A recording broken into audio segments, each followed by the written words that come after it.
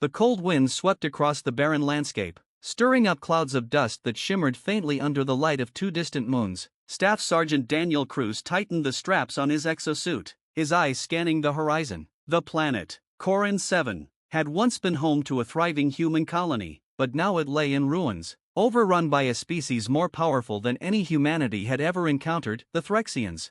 Daniel's squad had been deployed here months ago, part of a desperate mission to retake Corin 7 and push back the alien threat. They had seen death, destruction, and unspeakable horrors, but tonight, the stakes were higher than ever. Intel from command indicated the Threxians had a new weapon, one that could turn the tide of the entire war, and it was up to Daniel and his team to find it.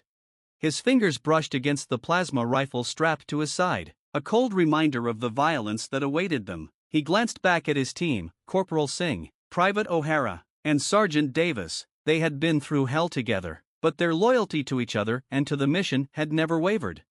"Keep your eyes sharp," Daniel muttered through his helmet's comms. "We're getting close to the last known coordinates of the Threxian weapon. If this thing is what command thinks it is, we don't have much time."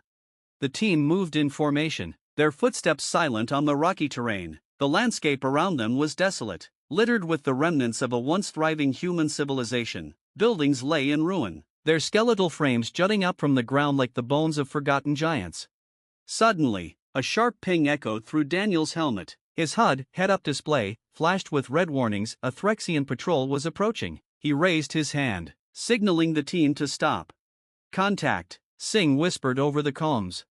Daniel crouched down behind a large boulder, motioning for the others to do the same. Through the scope of his rifle, he could see them, 3 Threxians. Their tall, muscular forms covered in thick, armored exoskeletons. Their eyes glowed with an eerie, unnatural light, and their movements were smooth, almost mechanical.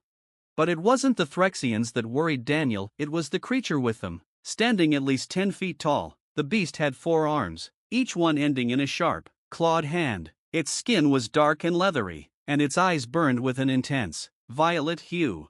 "That's new," Davis muttered, his voice betraying a hint of fear. Daniel nodded. "Command didn't mention anything like that." The Threxians and their beast stopped near the entrance of an old human research facility, now overrun with alien growths. One of the Threxians barked something in their guttural language, and the beast moved forward, tearing down what remained of the facility's doors with frightening ease. "What the hell are they after?" O'Hara asked, her voice barely a whisper. "Only one way to find out," Daniel replied. "Stay low, follow my lead."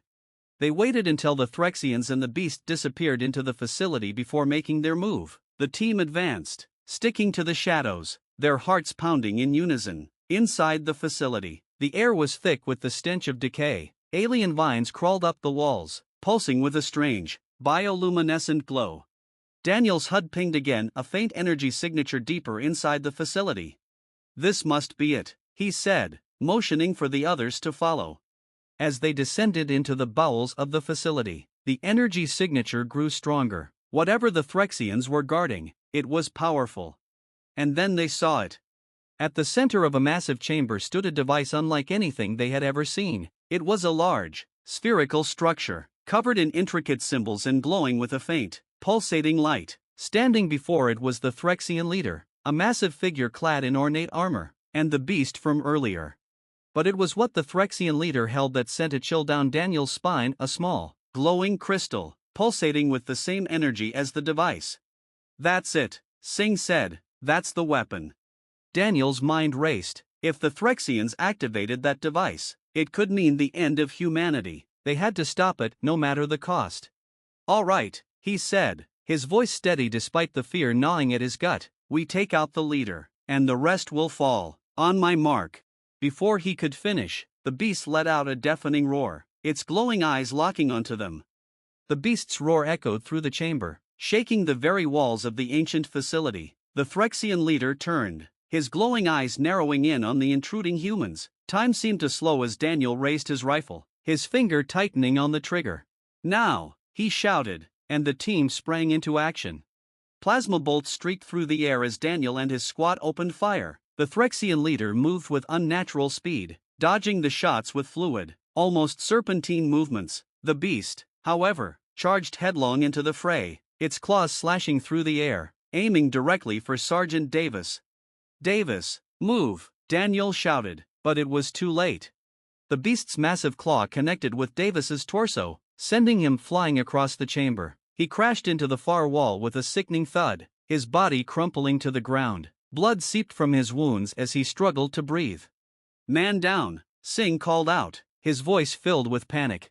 "Focus," Daniel barked, though his own heart pounded in his chest. They couldn't afford to lose control, not now.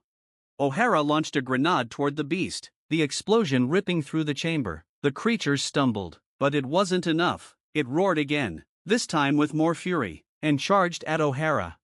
Daniel cursed under his breath. This wasn't going according to plan. They needed to take out the Threxian leader, he was the key. With him down, the beast would be easier to handle, but the leader was fast, too fast.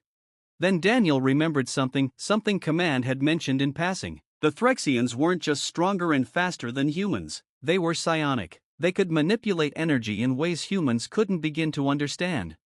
That crystal the leader held, it wasn't just a weapon, it was a source of power. "Singh, aim for the crystal," Daniel ordered, hoping his theory was right. Singh hesitated for only a moment before adjusting his aim. His plasma rifle fired a precise shot, and the bolt struck the crystal dead center. The Threxian leader let out a screech of pain, dropping the crystal as energy crackled around him. His movements became sluggish, and the glow in his eyes dimmed. "That's it," Daniel shouted. "He's vulnerable. Take him down."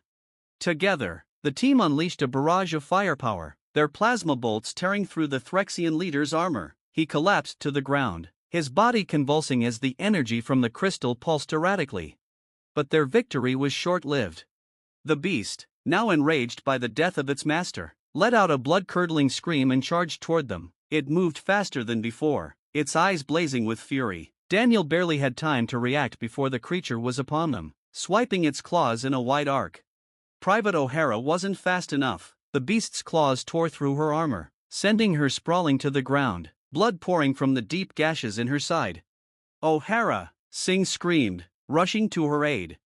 Daniel gritted his teeth. They were losing too many people. This wasn't how the mission was supposed to go, but they couldn't retreat, not now. The fate of humanity depended on them stopping this weapon, and if they failed here, the war would be lost. "Focus fire on the beast," Daniel ordered, his voice hoarse from shouting. "We take it down, now!" The remaining squad members unleashed everything they had, their plasma rifles spitting out deadly energy bolts. The beast roared in pain as the bolts struck its leathery skin, but it kept coming, its rage propelling it forward.